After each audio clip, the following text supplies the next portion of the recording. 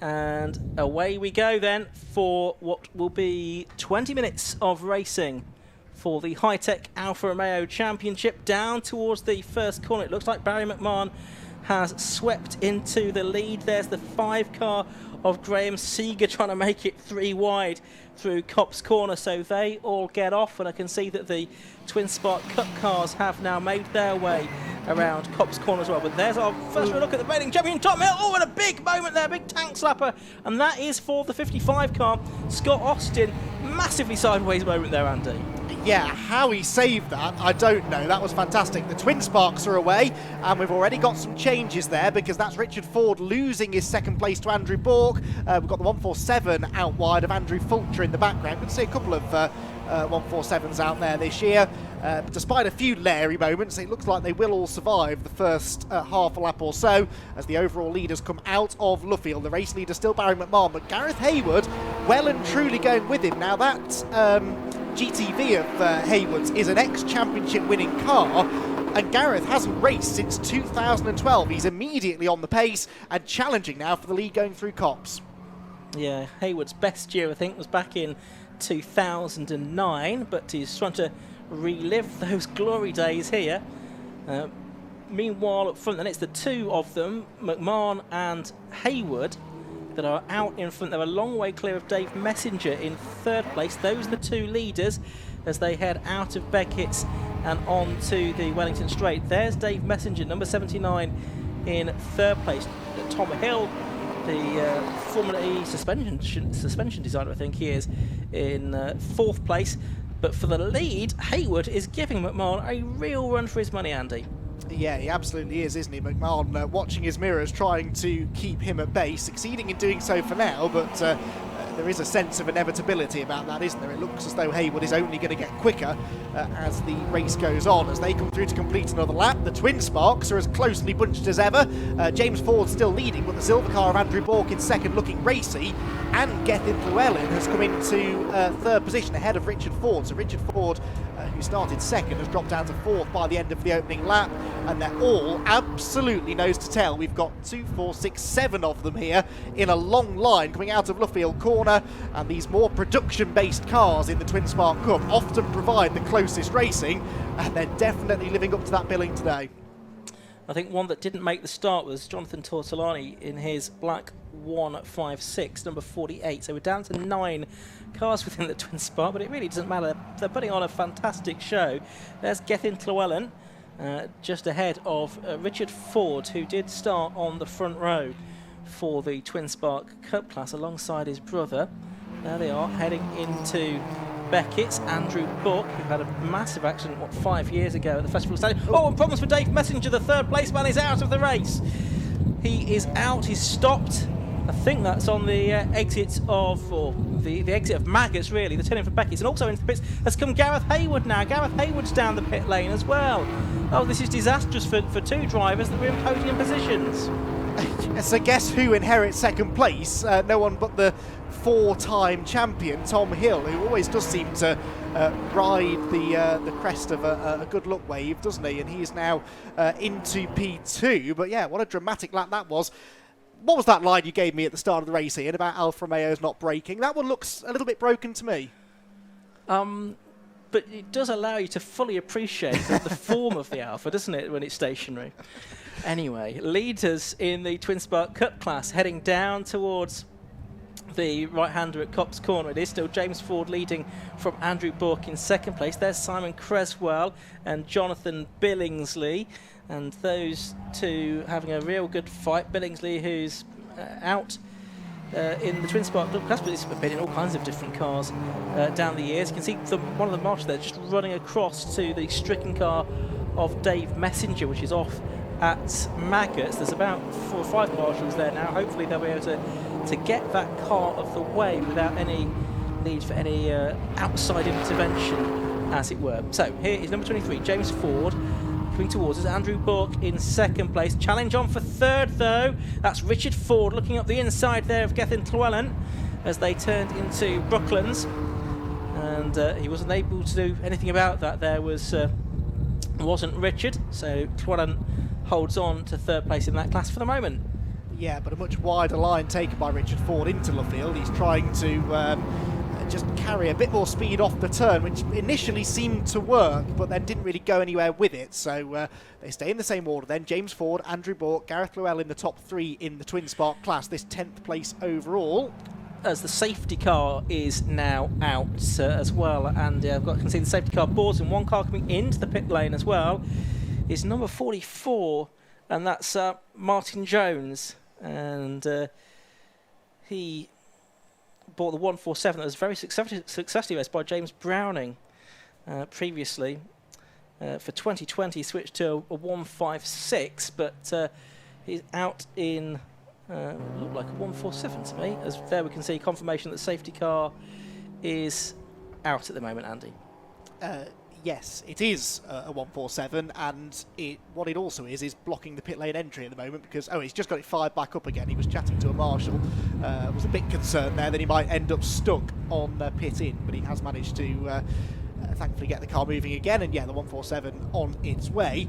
So what does this mean? Well, it means that Barry McMahon loses a very healthy lead that he had over Tom Hill, although he ought to have the pace to get back away from him on the restart. We also have quite an entertaining battle in the third that was starting to brew up just before the safety car came out between George Osborne and Graham Seeger, so that's going to be another one to watch on the restart. I can't really say, though, that it's bunched up the Twin Spark field because they were already on top of each other, weren't they? James Ford has led every lap so far, but it's fair to say he's not dominating that class. No, he's certainly not, and if it wasn't intense before, it certainly will be by the time they've finished. Now, the safety car has not picked up the overall leader, who is Barry McMahon, who's coming past us now, wondering where everybody else is. And I think he will realise that the safety car is out there, and whether he's going to try and catch the pack or wait for the pack, I'm not quite sure now. The 50 car, which we saw coming into the pit lane, Gareth Hayward, who was running so well in second position, that was a coolant leak that's put that car out, I'm afraid. And we can see the car on the inset, so that's a real disappointment because Gareth Hayward was going so well, taking the fight to Barry McMahon, and it was pretty just as well that somebody did, because he was so dominant, wasn't he, in the early stages? Yes, he was, wasn't he? So it's going to be interesting to see whether Gareth Hayward gets back out for the race number 2 a bit later on as well. The coolant leak, I suppose it could be worse as long as he's not done any other damage to the engine. But I bet Graham Seeger's quite happy that he sold that car now, just before it broke. So the field, as you said, it's not Barry McMahon that's been picked up by the safety car. Now there are 2 ways that they can do this. Either Barry McMahon slows down and lets the pack catch him, or they have to wave everyone else through. They won't want to restart the race, though, with Barry McMahon essentially a lap ahead of everyone else, which is what's going to happen once he catches the pack. Because he's now at Luffield, whereas the pack is between Copse and Beckett at the moment. So I think they're just going to have to wave everyone through, but it does suggest it's going to take a few minutes to get this sorted. The CC recovery truck is on the scene to recover Dave Messenger's car, which is the one that's stricken between Maggots and Beckett's. I think that's the only one that we need to pick up, isn't it? But it is just in a prone position there, right in the firing line as cars turn in for Beckett's. So just need to sort this out. Second year with the 750 Motor Club for the Alfa Romeo Championship. Of course, it was with another club, the BRSCC, for 38 years. Last year, of course, was a very disrupted season, as we know, due to COVID. Only 4 meetings and 8 rounds took place from July to October. But I think the general consensus amongst the Alfa Romeo community was that the move was a success, and looking forward to a 40th consecutive season with this strong 20-car entry. High-Tech Electrical Materials are the main championship sponsors. Also support from Royal Digital, Fusion Care Solutions, and Zari Digital Italian Car Magazine. The Alfa Romeo Owners Club, Andrew Lee, RapUK.com, and Joe Kahn with Black and Rounds. Andy Robinson remaining as the championship coordinator once again, and as ever indebted to Michael Lindsay for his commentary notes as well. So thank you, Michael. Hope to be able to welcome you back to a commentary box before much longer in the season. Barry McMahon is still driving around wondering where everyone is. He's not seen a car for about 3 laps now, but very soon I think he's going to catch the pack, I suggest, Andy.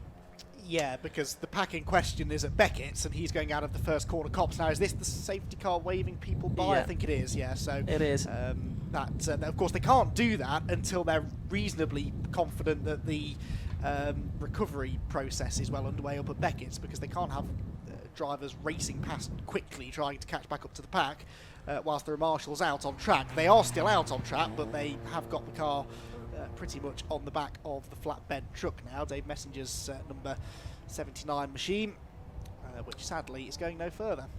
And watching out my window, Tom Hill is making reasonable progress now, and he's an experienced driver now. He's been racing in the Alfa Romeo Championship for about 7 years, something like that, winning the title more often than not, I think. But because of his experience, he knows that what he should be doing here is catching the pack.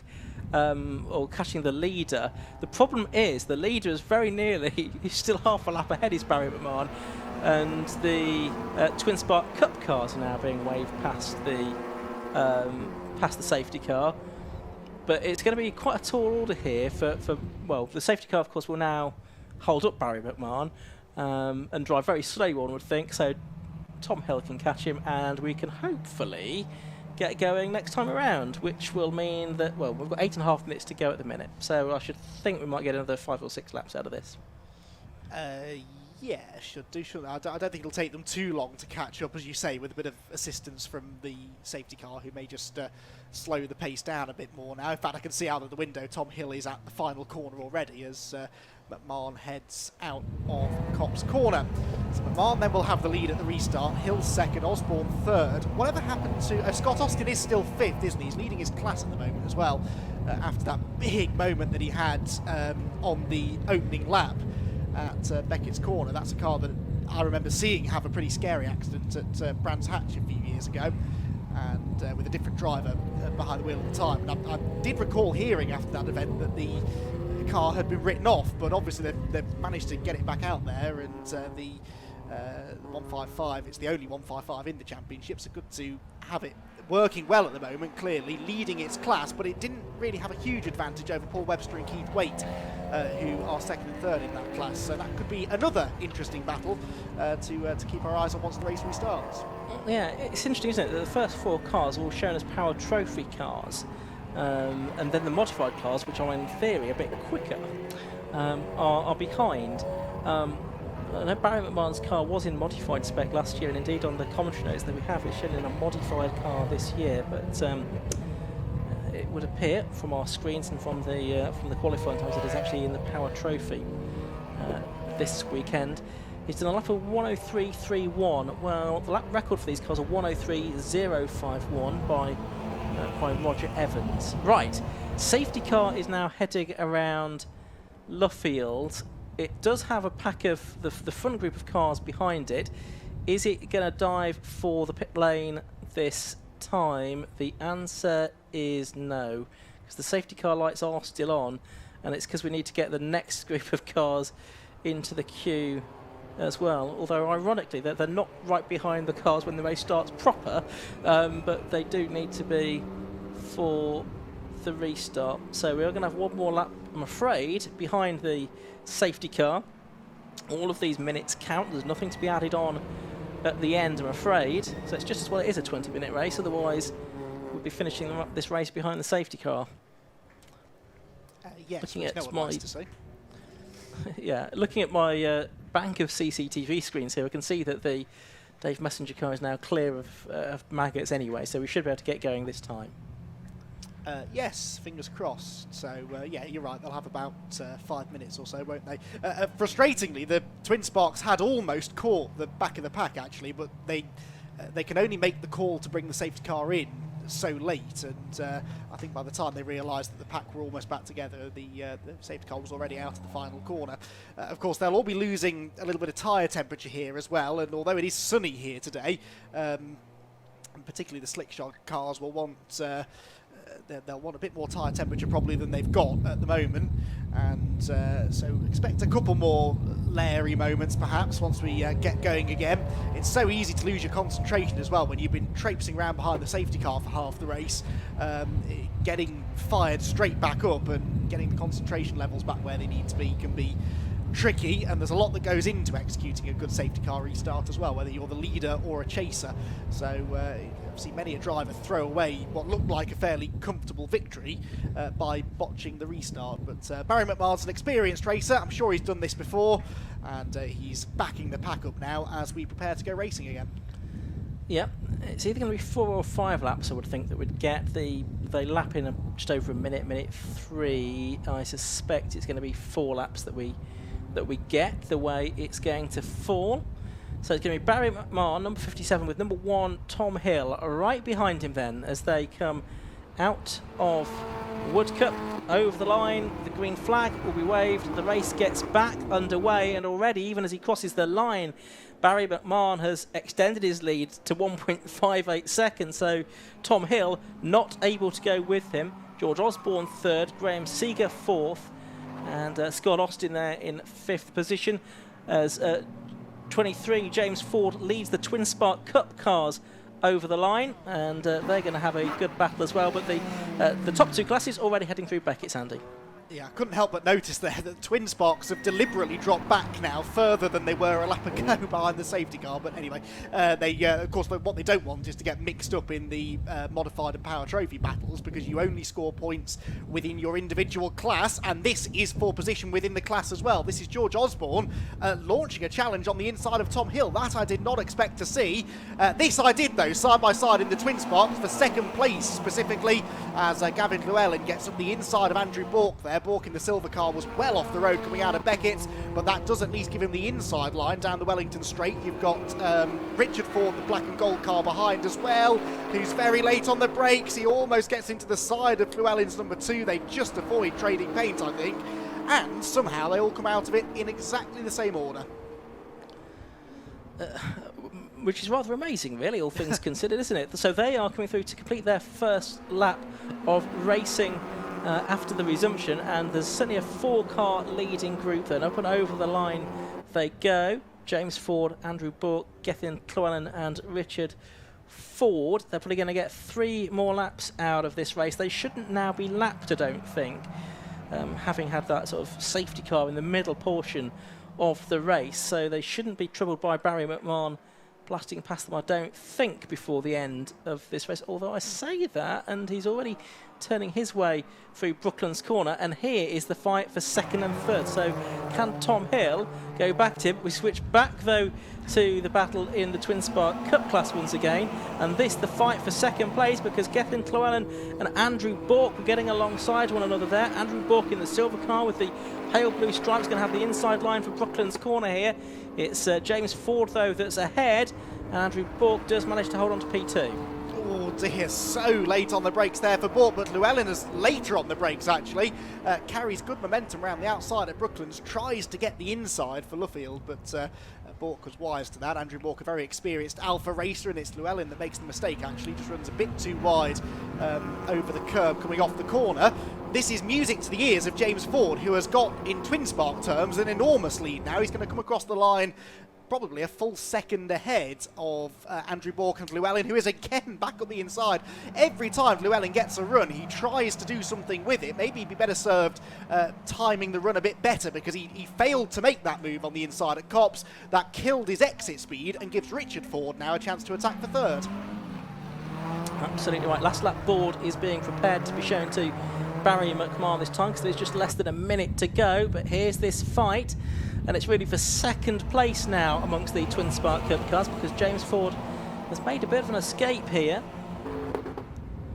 As Tom Hill now has fallen back to 4th place behind Graham Seeger. So I wonder if Tom Hill has got a bit of a problem in the overall classification. He's dropped back to 4th now.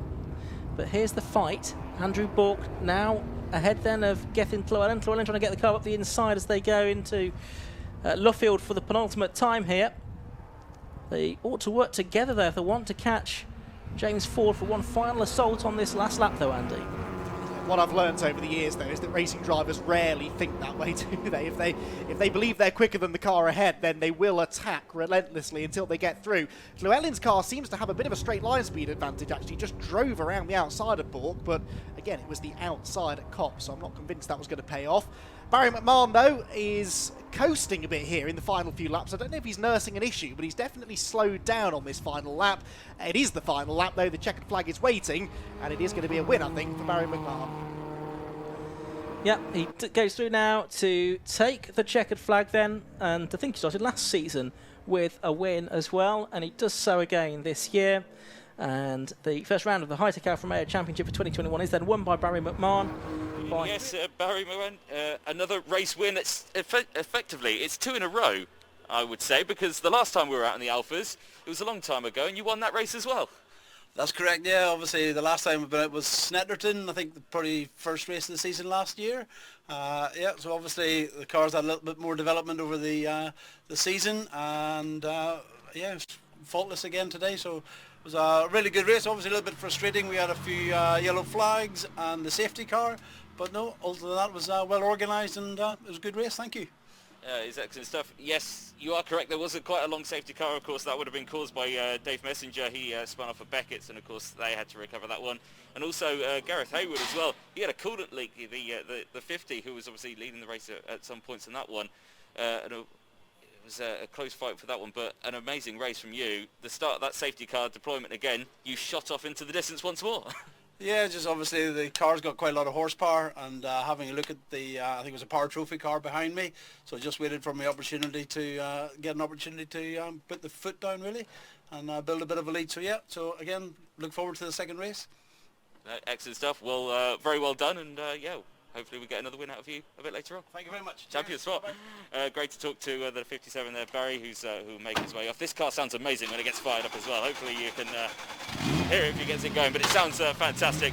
Of course, an excellent result there from the Alfa Romeos, and of course, coming up next will be race number 5, the Tegua Road Sports.